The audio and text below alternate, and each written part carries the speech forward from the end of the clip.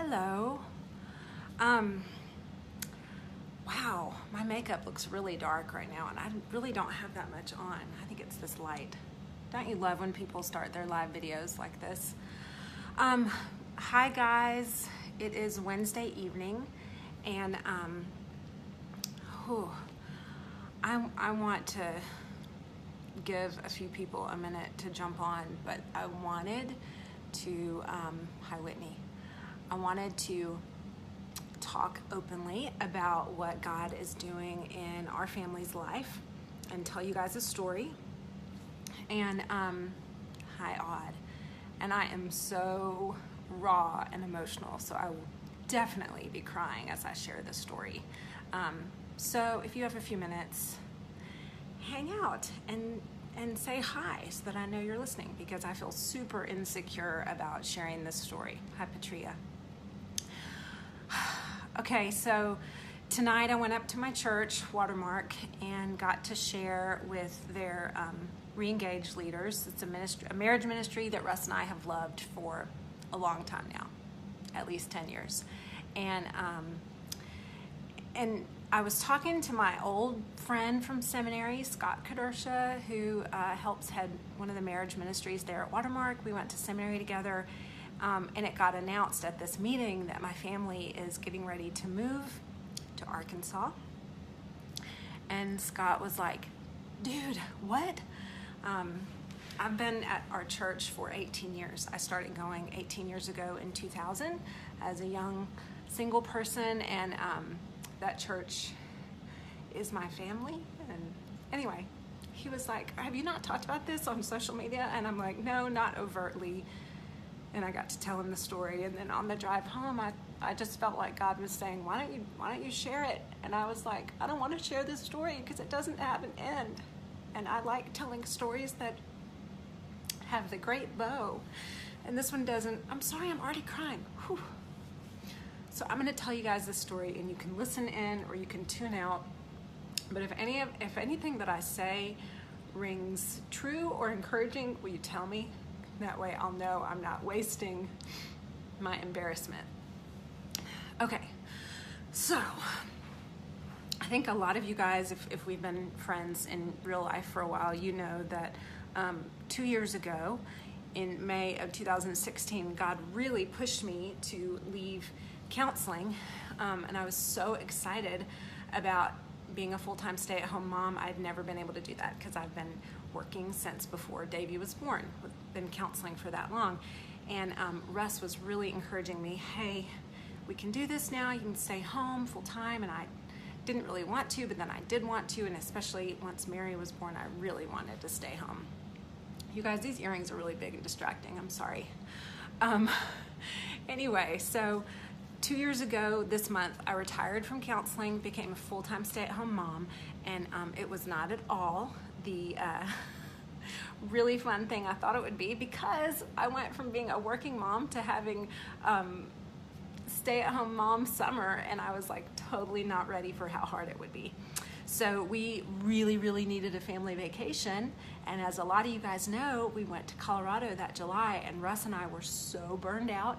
I had been doing counseling full-time and doing Plexus full-time for like over 2 years, and we were like, oh, we just really want to relax. This Colorado vacation is going to be awesome.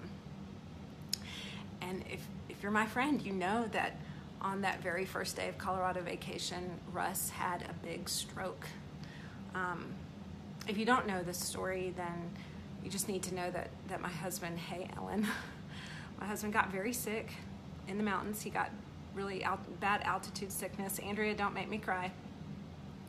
And he had a stroke, and he had to be flown over the Colorado mountains, and he spent a week in the stroke center of Swedish Hospital there in Denver, and he made an insanely awesome recovery. But I want to tell you part of that story that I don't think I've really talked about much until now, and that is that it was just really scary. It was really scary to have him have a stroke at 40, and no doctor could tell us why. We saw all kinds of specialists, neurologists, cardiologists, and no one could tell us why it happened.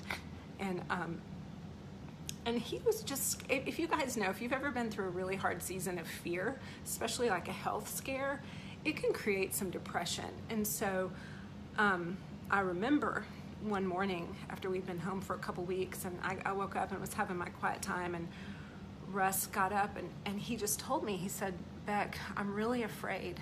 I haven't been able, he was like, I felt God so close to me during the stroke, but I haven't really been able to sense him since the stroke. And he was down. I mean, it was a stressful time. He was low, he was depressed, and I knew it. And he said, I'm afraid that the part of my brain that connects with God got damaged.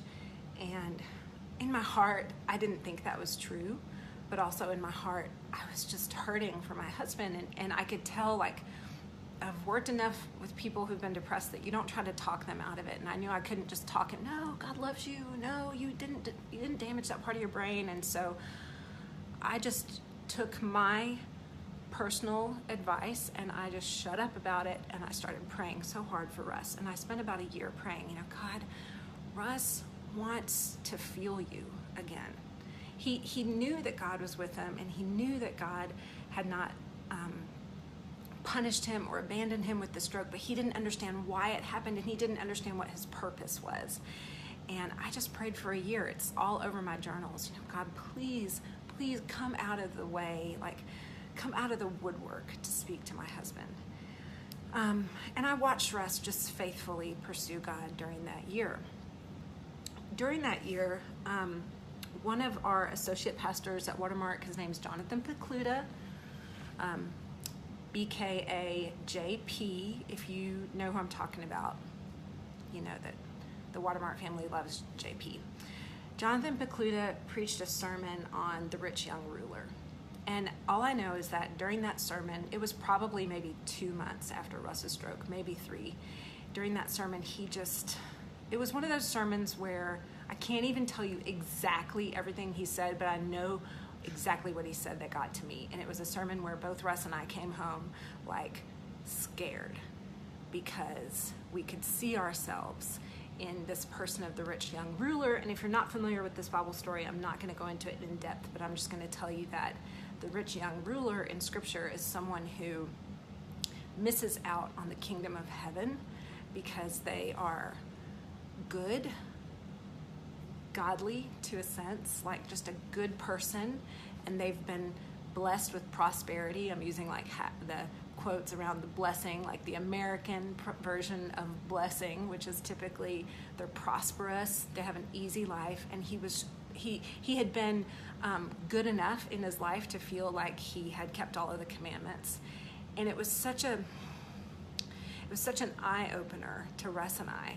And I remember getting up the next morning, and I remember praying and just really saying, Lord, I can't think of anything worse than having this life be just safe enough where me and my family really never make an impact, and we never really experience much more of you than just kind of American Christianity, that whole idea of just make me happy, healthy, and wealthy, and that's all I really want. And I literally found that journal the other day, and I wrote, Lord, please don't take away all my pretty things.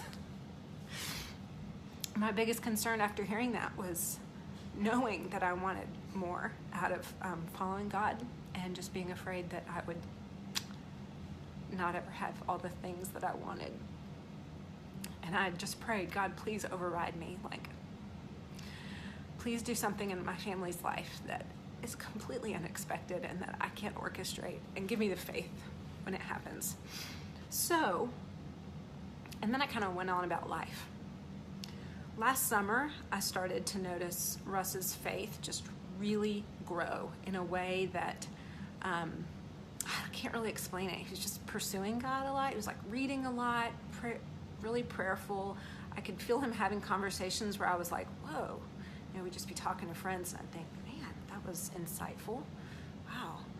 And I've always admired Russ since long before I married him, but my admiration for him just was like really going up, and there was confidence in him, and I could just tell that God was moving in him. So last November 1st, Russ is praying really hard on his way to work.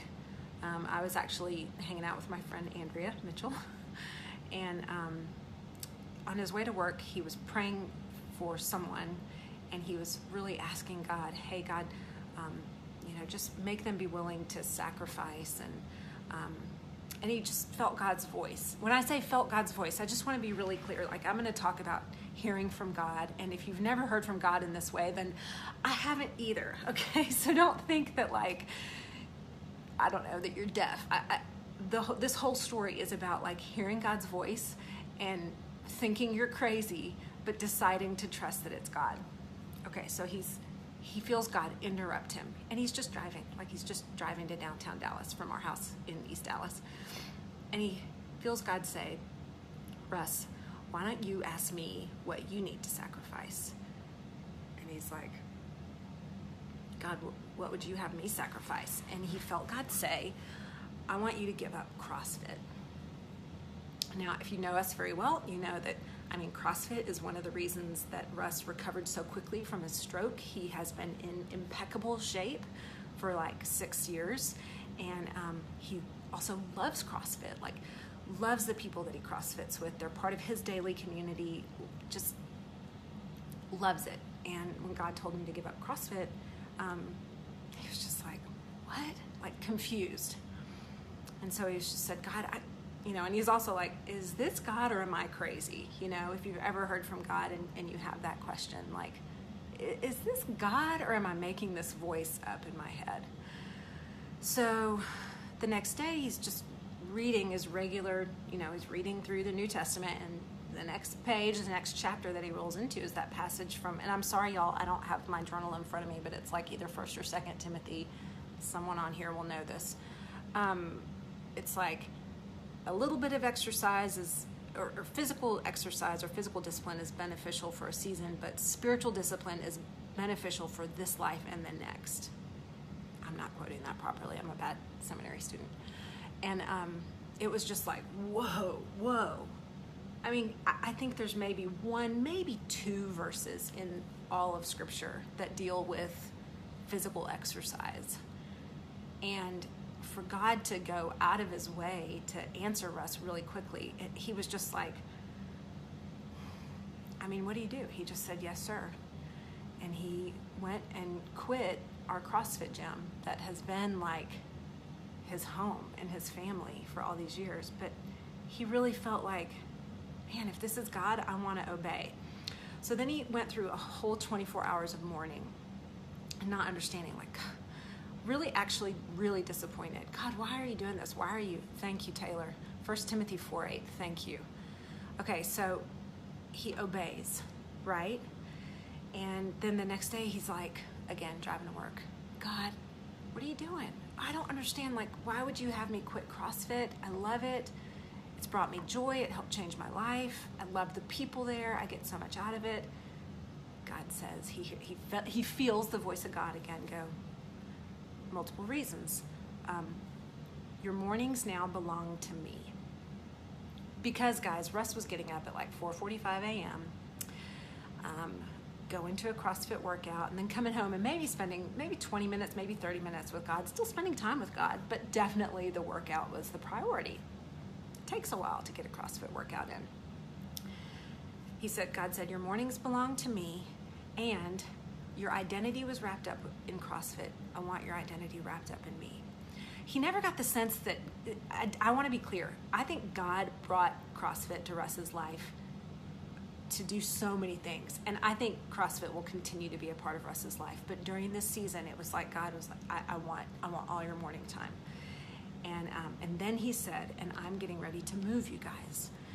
And so this is where Russ had a really weird conversation with God, and I've never had a conversation with God like this. He said in his dialogue with God, where are you going to move us? And he doesn't hear anything. So he starts naming states. Colorado. That's a shout out for Ruthie Werner if you ever get to watch this, because we'd always wanted to move to Colorado until Russ had that nasty stroke in Colorado.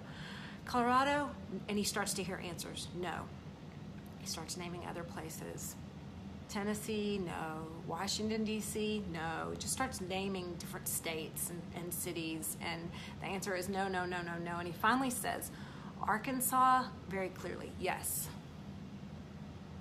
Well, our youngest brother, Russ's youngest brother, Ricky, lives in Little Rock. He's like, Little Rock? No. Hot Springs, he's just naming places now. No. Fayetteville? Yes. A very clear yes. But again, like all of us, you can think you're hearing God's voice, but then it's like, I don't know, is this God or am I crazy? Am I making this up? And so he calls me and he goes, Becky, the weirdest thing is happening. And I knew that he had started to hear from God this week. This is the first week in November. And he said, as I've been praying, I think God is saying that he wants us to move to Fayetteville, Arkansas. And I was just like, and all I can tell you is that in that moment, I just believed it. I just believed after a year of prayer that God was like not only talking to Russ, but that he was doing this weird, God can be so weird.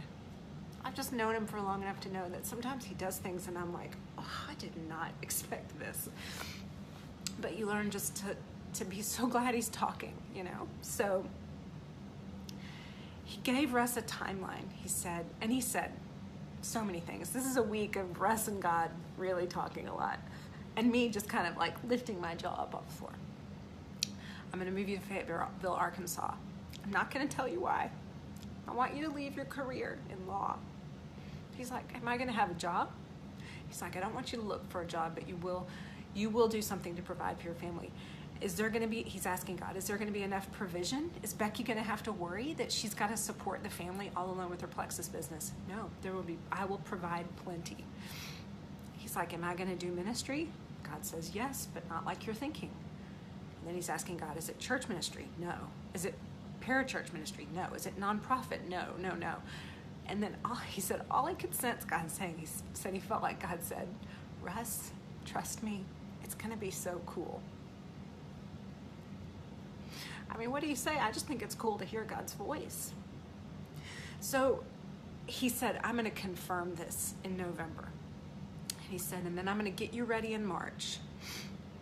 And Russ said, well, when are we going to move? And he felt like God said, end of May. Now, all of this is not me hearing from God. It's Russ hearing from God. And I was thrilled because I'd been begging God to talk to Russ for a year. But at the same time, I'm like, there's a little part of me that's like, okay. But I just decided, and I told God, I'm going to trust you through Russ. So we spent the whole month of November, like we'd both get up so early and we'd go to separate rooms and spend time with God and like cry and listen and just be like, this is so crazy. And we decided we had to keep it a secret. We needed, I want to be clear. I usually tell people, don't ever keep secrets from your community. If you sense God talking to you, like run it through them. But we knew since he had said, I'll confirm it in November. And so we were like, okay, we need to be careful because we need God alone to be the person that confirms it, right? So I told my parents, because I tell my parents everything. And I knew they'd pray, and I knew they wouldn't try to discourage us. And so it was just this crazy roller coaster ride, y'all. But every day we were just like waiting. And like, if I saw an Arkansas license plate, I'd be like, oh, is that a sign? Or like if an Arkansas number came up, I'd be like, oh my gosh, they're calling to tell us something. And well, none of that ever happened. But we were on like high Arkansas alert. P.S. I have the fondest memories of Fayetteville, Arkansas, because I spent like 5 or more years at Kanakuk camps working there in Branson, but we would take our 24 hours off and go into Fayetteville. So Fayetteville just brings back great memories, like the Ozarks bring back great memories. And I have a couple friends there, but like I haven't seen them in 20 years. But I was excited, but then terrified. I don't love Dallas as I love the people in Dallas. Best people ever. I don't love the city. I feel like we live in a really beautiful part of Dallas, but Dallas is a concrete jungle. And if you're an outdoor junkie like me, and if you don't love, 106 degrees playing on cement, then you get a little burned out on Dallas. And we sat and dreamed together, like, what if we actually had like a little bit of land? What if we got to slow down? You know, the other thing about Dallas is really, really stinking wealthy. And if you're watching this and you're one of my Dallas friends and you're like, is it? It doesn't seem that way. Then it's just because you're wealthy. You don't notice it. I notice it. It's a rat race here, and it's a wonderful place. But secretly, I would love to slow down. Oh, Amber, I know, and you've been here longer than I have. Okay, so I'm sorry this is taking so long, and if you just need to come back later and watch me finish it, that's fine, but thanks for anyone who's hanging in there. So every day was wonderful in November, but hard. Russ sacrificed CrossFit. I decided to sacrifice with him. We went from being like workout junkies to not working out at all, but we spent a lot of time in prayer and a lot of time with God. And we would call each other every day. Have you heard anything? Have you heard anything? No, because again, we're waiting for November. We're like, he said he's going to confirm it. Last week in November comes and we're feeling kind of anxious. November 30th, the last day of the month comes, and it happens to be Russell's birthday, and we were like, wouldn't it be like God to like wait till the last minute today? But he probably won't, right? Like he's going to tell us because he said November, right? So we're waiting, no news from God. I call my friend Rachel Neagle. She had some great wisdom, and she was like, hey, remember like in the book of Daniel when they're praying for rescue? Again, I'm not going to get this right. And the archangel shows up and he was like, well, I was delayed. We heard your prayers, but I was delayed because I was fighting the king of Persia. And Russ was like, no, God said November. So the clock ticks down. Russ gets really down, goes to bed. And I remember I sat out here on this couch and I just prayed, Lord, it feels like the time is running out and it feels like you haven't done anything. And I don't know what to do, but I love you. I don't have any other choice but to love you and to trust you. And if you're moving us to stinking Arkansas and we don't know when you're confirming it, I'll just keep waiting. So I get up the next morning, I go for a run, I come back, and Russ is like visibly depressed. And I'm going to be honest, he's in the other room because he cannot be on a Facebook Live, but he'll hear me say this and I think he'll agree. I think he was pissed off at God. And he told me that day, he goes, Becky, I think I'm going to schedule a follow-up MRI. I obviously am like hearing voices and hallucinating. I can't believe I thought God was talking to me. And the hardest thing was that we had started to dream about, wonder what God is doing. Why would God come out of the woodwork and choose to give us this huge like word? What is this? And we felt really kind of awesome. Like it was the scariest thing ever. And yet it was like bliss just to hear the voice of God. And you guys, it was convicting. Like it wasn't rainbows and roses. It was like, I'm going to change this in you. I'm going to do this in you. You're going to sacrifice this and you're going to reap this. And it was hard stuff, but it was just like ecstasy to be close to him. So for Russ, he was like, I'm obviously hearing voices. I'm obviously crazy. I think what's actually happened is the stroke gave me some form of brain damage where now I think I'm hearing from God. Of course, in my heart, I'm like, this isn't true, but I was just giving him space. So he went to work super depressed. He blew off lunch with one of his best friends, a guy named David Williams, who I hope watches this because I'm getting ready to tell a story about you, David. So he blew off lunch with David because he was too depressed, and he came home early, and he hadn't been home for like 5 minutes, and he just walked in the door all dejected, and I was like, are you okay? And he was like, and then we hear a knock on our door, and it's our friend David. And I love David Williams like a brother, and he's ridden his own train to hell and back, so he reserves the right to jump into our lives when things are hard. So he comes in and he's like, hey Russ, I came to talk to you. I know you told me you've been praying about something all November. You felt like you were supposed to hear from God on something in November. Are you ready to tell me now? And Russ is like, sure. Pours him a drink. They sit down at the kitchen table in there. And he starts telling him this story. And he's like, you're going to think I'm an idiot, David. But he starts telling him, yeah, I thought I heard God talking to me. thought I heard him saying all this stuff. I felt like he asked me to give up CrossFit. That's why I quit. And I thought I heard God saying that he was going to move our family to Fayetteville and blah, blah, blah. And then I thought I heard him say he'd confirm it in November. And David, meanwhile, is like kind of, he's like got his head in his hands and shaking his head. And he's like, I really feel like I screwed up. And we're like, why? And he finally gets it out and he says, listen, a couple days ago on November 28th, Russ, I was behind you in carpool line up at the school. Hey, Monica. And I saw you drop the kids off and I was just thinking about you. And he said it was like God just interrupted my thoughts and said, you need to tell Russ to get ready. Get his house ready to put on the market and sell it because I'm getting ready to move him. And Russ and I are just sitting there like, like I think we're at this point like, what's going on? Okay. And then Russ sort of jumped back quickly. I think at that point I was living in like, I was just worried about Russ and Russ was just like, dang, what? And David's like, I'm sorry, man. I couldn't tell you that. I thought the thing that you were praying about was like you were going to open your own CrossFit gym or something. He was like, okay, couldn't tell you to move, and I didn't want to tell you guys to move. And I so appreciate David's obedience because it was the Lord.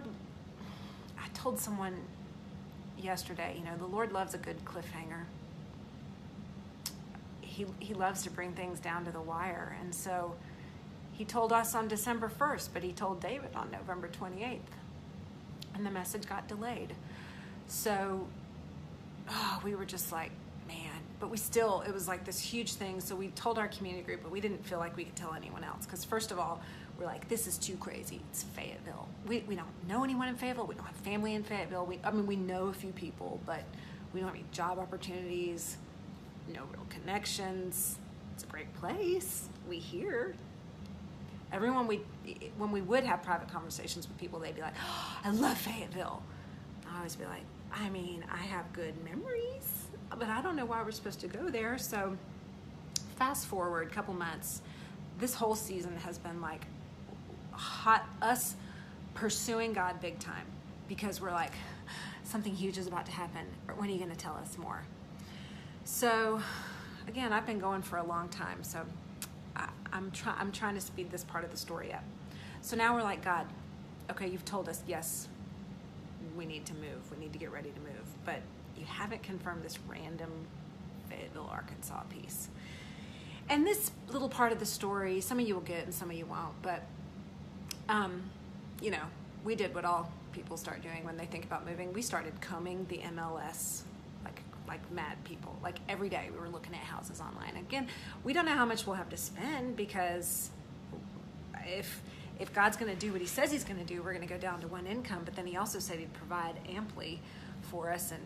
But that's kind of like on a wish and a prayer. And we also felt like we were carrying a huge secret. Like we'd see people, but we wouldn't know how to tell them. Like they'd be like, how are you guys doing? And we wouldn't know how to say like, our whole world is turned upside down, but it's all because God told us. Like there's so many people that even people who love and trust the Lord, I just knew. And we tried it out on some people. We told some people and they were kind of like, kind of like how I would have responded a year ago if someone had said, God told me to do such and such. Granted, I've grown up with that vernacular. I hear that a lot, but it's different when it's happening to you and you're looking at your friends like, I promise I'm not crazy. I don't know why God is doing this. So we just learned to lean into the whole, we don't know why. They'd go, why is he moving you there? We don't know. And some of the most well-meaning, faithful people in our lives did what I will now never do again. They tried to make common sense of God's plans. And we have been living for 7 months. Yes, Andrea was with me with someone, you could tell, there's someone I really love and respect and admire, just was like, it didn't make sense to them. And so they didn't realize that their response was really hard for me. And people tried all along, well, maybe he's doing this, maybe he's doing that. And I just kind of had to close down to that and go, I don't know what he's doing. And I'm going to have to be okay with the mystery. I'm going to have to be okay with the questions. I'm going to have to be okay with the embarrassment. I'm going to have to be okay with the, awkward pauses, kind of like that moment where people are like, oh, I guess I need to get some more ice for my drink, and they got to get away because they feel so uncomfortable around us. So we're searching the MLS, and we're praying, God, please confirm Fayetteville. We don't know how, but please confirm it. We always thought that maybe someone would call Russ from Fayetteville and be like, hey, I've got a great position for you. I will just tell you now that never happened, and still hasn't happened. I don't think it's going to happen now. I'm giving that Pope on that one. But as we come to the MLS, I would notice this little suburb, I guess, east of Fayetteville, and I'd think to myself, oh yeah, that's that little town. It's like a Bible name town. And again, like, I'm a preacher's kid and I'm a seminary gal, so this name stuck out to me. Well, Russ and I never had this conversation about this little town outside of Fayetteville. It's really just a suburb, I guess. I don't know. Anyway, he would see that name, and he didn't know it was in the Bible. He just thought, oh yeah, that's an area around Fayetteville. So one morning he's reading in Genesis, and he gets to Genesis 46 maybe. Again, all this is in my journal that I don't have. And he sees where Joseph, who has settled into Egypt, is telling his brothers, go get my father, bring him back to me, because there's about to be famine all in the land. And he says, come down to the land of Goshen. You and your children and your children's children and your livestock and cattle and all of it, come down to the land of Goshen. And Russ is just struck, because just a few miles east of Fayetteville is this little suburb called Goshen. And I always used to see it and be like, oh, that's that Bible town. But for Russ, he had never seen that name in Scripture before. And so it just jumped off the page at him like, what? And it's saying, come down, like, come and be blessed. And so Goshen is, like my dad put it, it's kind of like it's the river delta of the Nile. It's this lush, like, green area. It's where the whole Jewish nation, it's the part of the land that they occupied when they were in captivity in Egypt. It was a beautiful part of the land. So he's like, Beck, I think God is confirming Fayetteville through this passage. And y'all, if that doesn't ring true with you, I get it. But you know what? For us, it did. It jumped off at me, even though Russ and I had just never even had that conversation. I loved that God was wooing Russ through all of this. Because if I had read it, I'd be like, oh, well, I already knew that. I would have tried to maybe go find, Goshen, a verse about Goshen in the Bible, but I didn't. It was all through Russ. And that's what I had asked God for. And I just chose in that moment in joy to trust and believe and go, you know what? I agree with you. I think he's confirming it. And it just filled me with so much joy. Joy. I can't even tell you guys. I felt like I was walking around with this bubble of joy in my heart. Like, God, I can't believe you're hunting us down so much. I can't believe you are talking to us. By the way, we had brought our kids in on all of this. We were like, guys, we think God is moving us to Arkansas. We don't know why. You can't tell anyone? Not yet. And they would pray with us, and so we just invited them in. So, it's getting long. I'm wrapping it up soon. So, prayed. Hey, Robert. Prayed. This whole thing's covered in prayer. Our biggest prayer is, Lord, just let us be obedient all along the way. Okay, so Robert, you get this. We're praying, and our whole prayer, I have said so many times to myself and to my kids, God's love language is obedience. If you want to please the Lord, obey him. Because obedience is a sign that you believe him and you trust him, and that spells love to him. So God spells love, O-B-E-Y. That word gets such a bad rap too, but it's such an awesome thing. So our whole goal was, Lord, just make us obedient. Just make us obedient. Every single decision, we'd stop and pray. Even should we tell someone, we'd stop and pray. Lord, show us how to obey you. Give us faith. And man, there were days when my faith was huge. And I'm going to tell you, there were days when my faith was gone. There were days where I was like, forgive my French, what the hell are we doing? What are we doing? I'm getting ready. We are so established in this community. We love Lakewood. We love our people and friends here. We love our church. Yes, Rach, absolutely. Obedience is just believing what he said. And I'll tell you, I believed and I felt joy. And I just followed the joy. So God said something about March. We got our house ready in March, put our house on the market, thinking, because in our neighborhood this happens, we'll probably sell without even going on the MLS. We'll probably sell so quickly. And we had a whole plan where we'd sell in March, and then we'd lease back, and then we'd be out the door on June 1. Well, guys, if you've walked with the Lord for very long, you might know this. He does not do things on my timeline. And tonight I wanted to come and tell you that tomorrow is May 31st. Tomorrow is my husband's last day of his job, which means it's the last time he gets paid. And we could not be more scared or humbled right now. We had a contract on our home in Dallas last weekend. I mean, we got to celebrate for all of like 12 hours before we heard that contract might be in jeopardy. We had all things planned. We've got a contract on a house in Fayetteville that we absolutely love. We did go finally visit Fayetteville at the beginning of May. You want to know what I felt? It wasn't peace. I felt severe anxiety. Like, it was just realizing, oh, I thought this was going to be a utopia. Because, see, Russ and I in Dallas all for the past 7 months have been like, when we get to Fayetteville, it's the promised land. When we get there, when we finally obey and get there. And we got there and we were like, nothing looks familiar. We don't know anyone or where they live. We don't know the elementary schools. Davey's going into middle school now. We weren't prepared for that. We don't know. We don't understand the streets. We've heard there's great places to eat. I saw a lot of Burger Kings.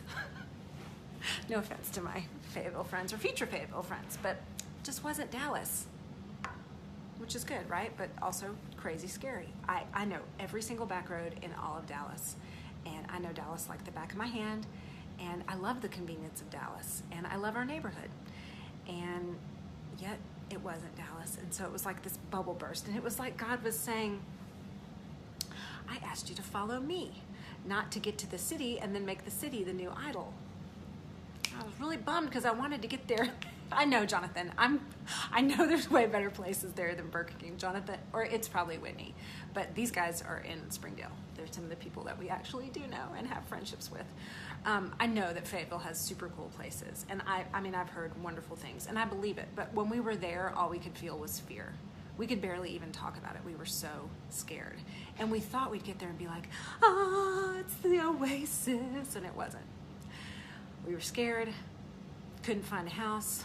We walked into one home and all I could see was all the work we needed to do, but I'm not kidding you. I walked over the threshold and I just felt this like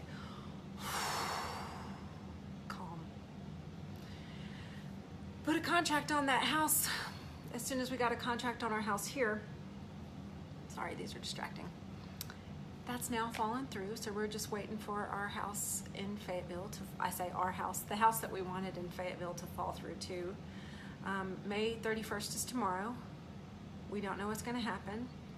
To say we're worn out is like the biggest understatement ever. We are scared, but I just want to tell you, I hope someday you get a chance to follow God into a huge unknown. And I hope you get to realize that He's less concerned with the destination and more concerned with holding your hand in the journey. And I could cry for like a week, but that just gets really boring on a Facebook Live. Hey, Shauna. So, if you have any common sense, I just ask that you would spare me from it because it's not helpful. Taylor, yes, you can pray that our house in Dallas would sell. For the love, it's been 10 weeks. We've had like a gazillion showings. I have kept this thing spotless with 3 children and a toddler who pees on my rug. I'm worn out and I'm just trusting. Yes, Rach, I feel like it's the biggest step of faith. I'm leaving my mom and dad.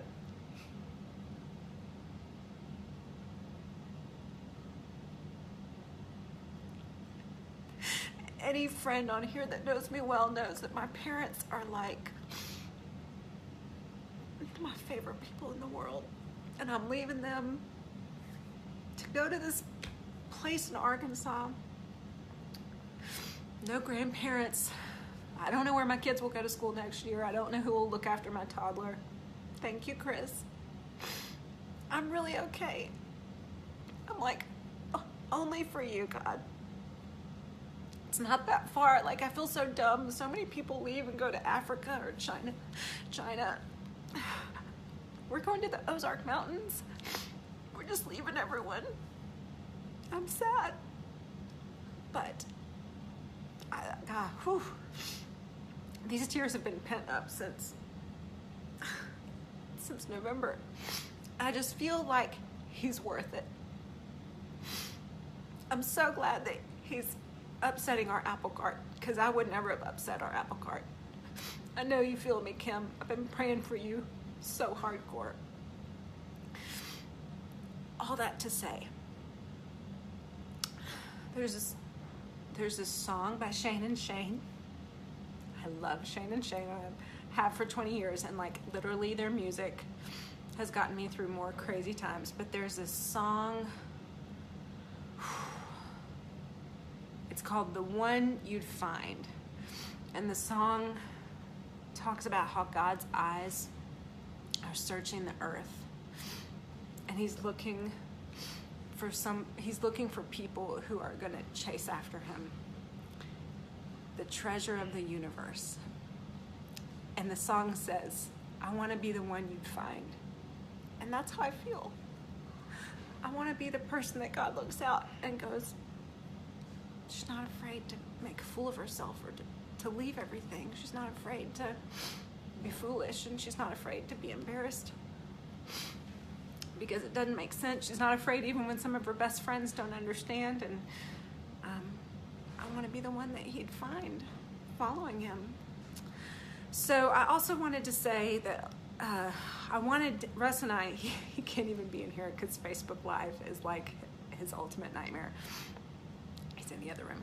I also want to say that I think some people have been like, or I have been like, I can't wait to share this story like when the bow's wrapped up. Like, I wanted to do this live as we're walking into our new awesome home in Fayetteville. And that's just not what God did. I just felt like God was like, you know what, tell this story now. It'll bless more people when I finish the story. So I'm telling y'all now, we're not in the happy tied up with a bow part. We're in the we don't understand. And we don't know when Russ will get a paycheck again. And we don't know, what'll happen to our kids, and we don't know what'll happen to our future. But we know God is good. And that's why we're going to trust him and follow him. He is like, thank you, Angela.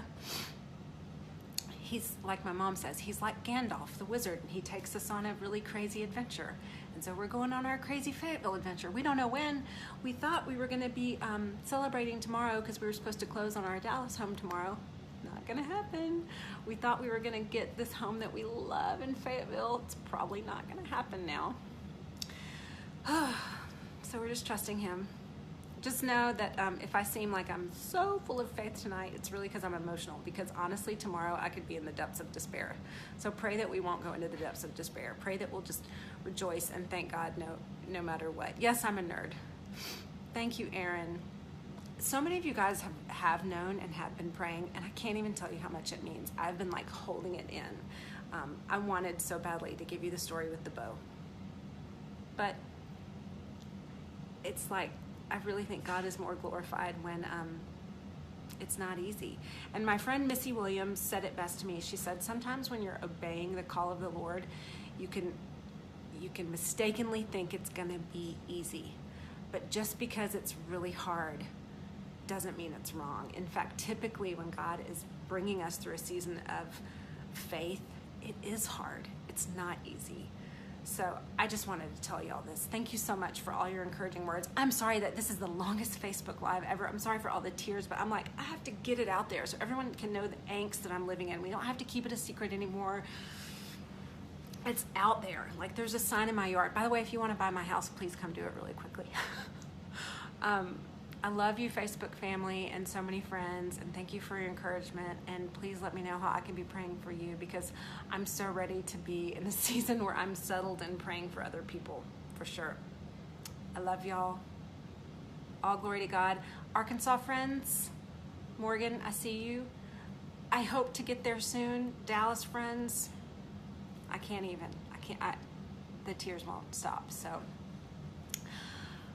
can't wait to update y'all on the story when more things happen. I can't even say anything, Audra, because I will start crying. Love you guys. Hope you have a great night.